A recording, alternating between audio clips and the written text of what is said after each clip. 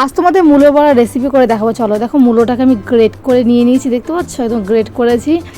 তারপর দেখো লবণ নিয়েছি, হলুদ গুঁড়ো নিয়েছি, আর এখানে নিয়েছি লঙ্কা বাটা, কাঁচা লঙ্কা বাটা। কাঁচা লঙ্কা বেটে দিলে মানে স্মেলটা ভীষণ সুন্দর হয় আর খেতে বেশ ঝাল ঝাল লাগে, দারুণ লাগে। তো এখানে দেখো চালের গুঁড়ো নিয়েছি, বেসন নিয়েছি, দুটো মিক্স করে দেবো, তাহলে বেশ কুড়মুড়ে হয়। মূলোর সাথে চালের গুঁড়োটাকে আর বেসনটাকে মানে মাখিয়ে নিয়েছি খুব সুন্দর করে। ব্যাটাটা দেখতে পাচ্ছ কেমন ঠিক হয়েছে।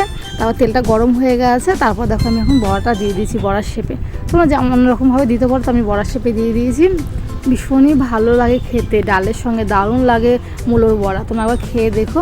আর যদি তোমাদের মূলোর গন্ধটা ভালো না লাগে, তাহলে মূলোটাকে গ্রেট করে নিয়ে মূলোতে লবণ মাখিয়ে রেখে দেবে। তারপর যে জলটা বেরোবে সেই জলটা চিপে ফেলে দিয়ে তারপরে মূলোটাকে নিয়ে চালের গুঁড়ো আর বেসনের সাথে বড়া করে ভীষণ ভালো হয় খেতে, আর ভীষণ মুড়মুড়ে হয় খেতে। যদি তোমাদের ভালো লেগে থাকে ভিডিওটি লাইক কমেন্ট শেয়ার করে দিও আর সাবস্ক্রাইব করে চ্যানেলটাকে। Tata bye.